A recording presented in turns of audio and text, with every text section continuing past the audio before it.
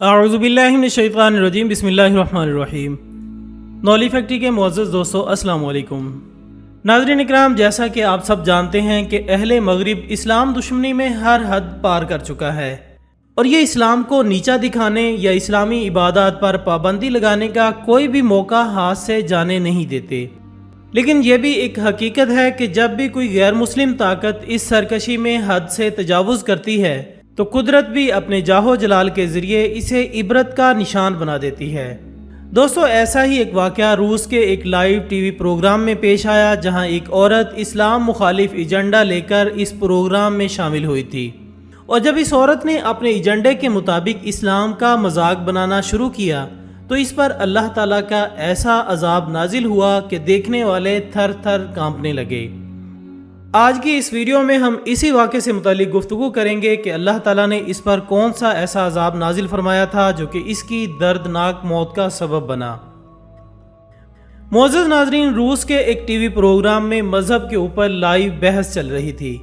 جس میں ایک عورت بھی اپنے ایک پالتو کتے کے ساتھ خصوصی طور پر اپنے مذہب کو ڈیفینڈ کرنے کے لیے موجود تھی، جس نے ایک نہایت گھٹیا اور برہنہ لباس پہنا ہوا تھا۔ یہ گفتگو اسی طرح جاری تھی کہ پروگرام کے اینکر نے اس عورت سے سوال کیا کہ آپ کو دین اسلام میں سب سے زیادہ کیا پسند ہے۔ اس سوال کے جواب میں وہ لڑکی زور زور سے ہنسنے لگی اور باتوں باتوں میں اسلام کی توہین شروع کر دی، اور ساتھ ہی اسلام مخالف ایسی باتیں کی جو کہ ہم مسلمان ہونے کے ناطے یہاں پر نہیں چلا سکتے۔ لیکن جیسے جیسے یہ عورت اسلام کا مذاق بناتی گئی تو ویسے ہی وہاں موجود پروگرام کے شرکا بھی اس کی ہاں میں ہاں ملا کر ہنستے رہے، مگر جب باتوں سے اس عورت کا دل نہیں بھرا تو یہ اپنی جگہ سے اٹھ کھڑی ہوئی،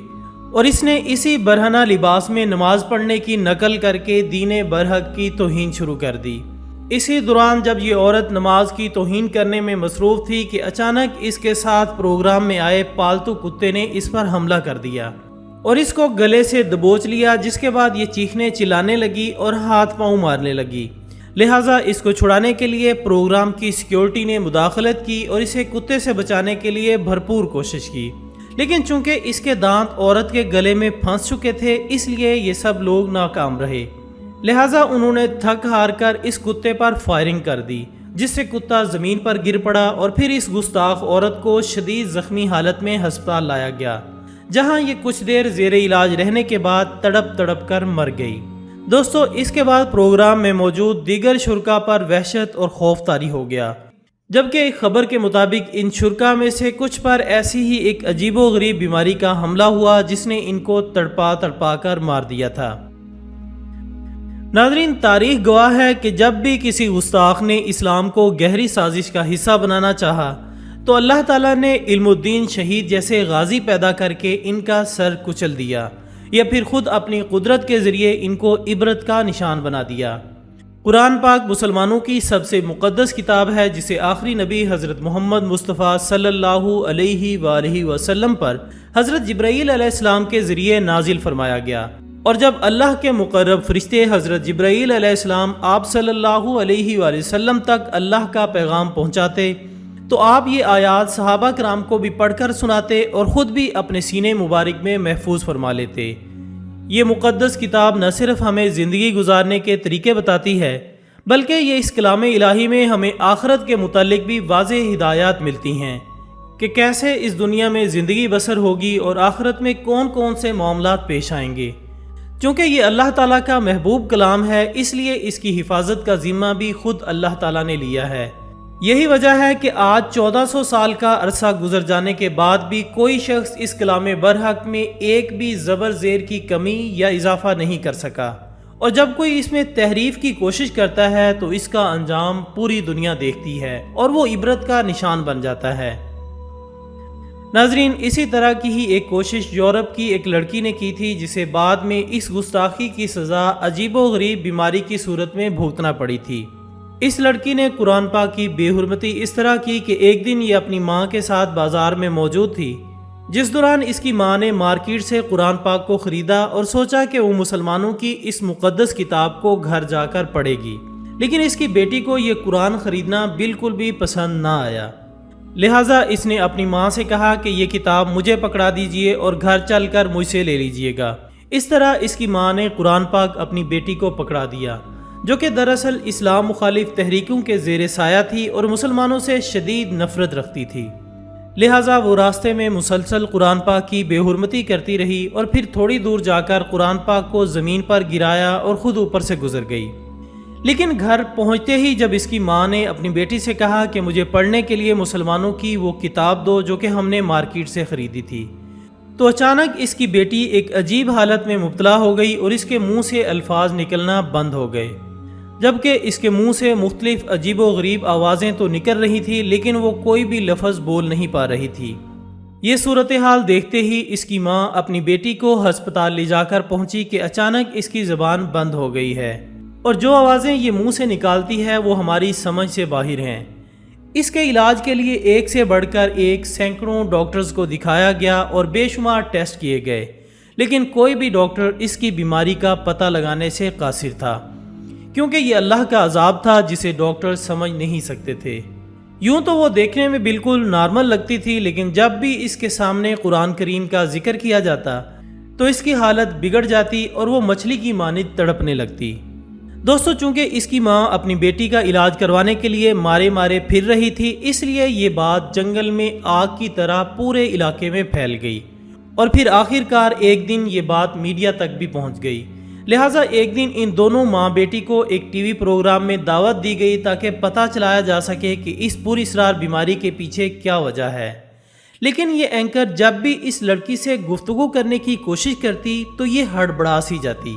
اور پاس پڑی مختلف چیزیں اٹھا کر پھینکنا شروع کر دیتی۔ لہٰذا پھر اس اینکر نے اس کی ماں سے سوال کیا کہ یہ سارا ماجرا کس طرح پیش آیا ہے اور اس سے پہلے اس لڑکی کی حالت کیسی تھی، تو ماں نے سارا ماجرا سنانا شروع کر دیا۔ لیکن جیسے ہی قرآن پاک کا ذکر آیا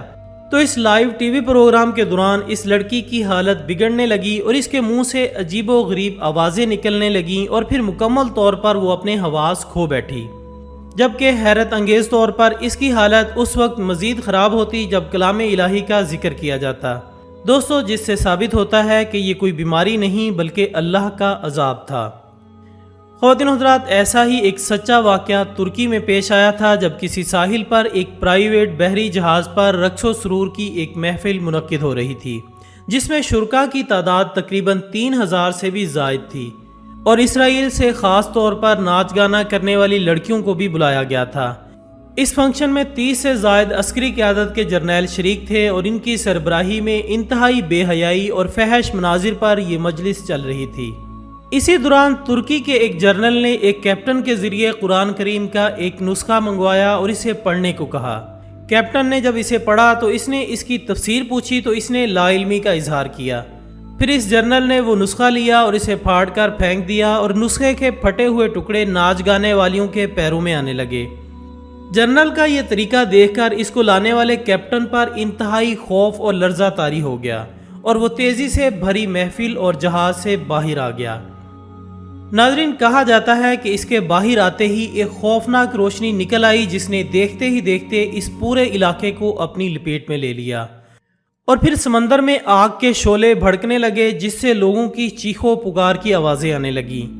اللہ تعالیٰ نے اس پورے بحری اڈے کو اٹھا کر سمندر سے اٹھنے والی خوفناک لہروں کے درمیان پھینک دیا اور کہتے ہیں کہ ارد گرد کے علاقے بھی زلزلے کی شدید لپیٹ میں آ گئے۔ عجیب بات یہ ہے کہ اسرائیل سے آنے والی ناچنے گانے والیوں کی لاشیں بھی نہ مل سکیں۔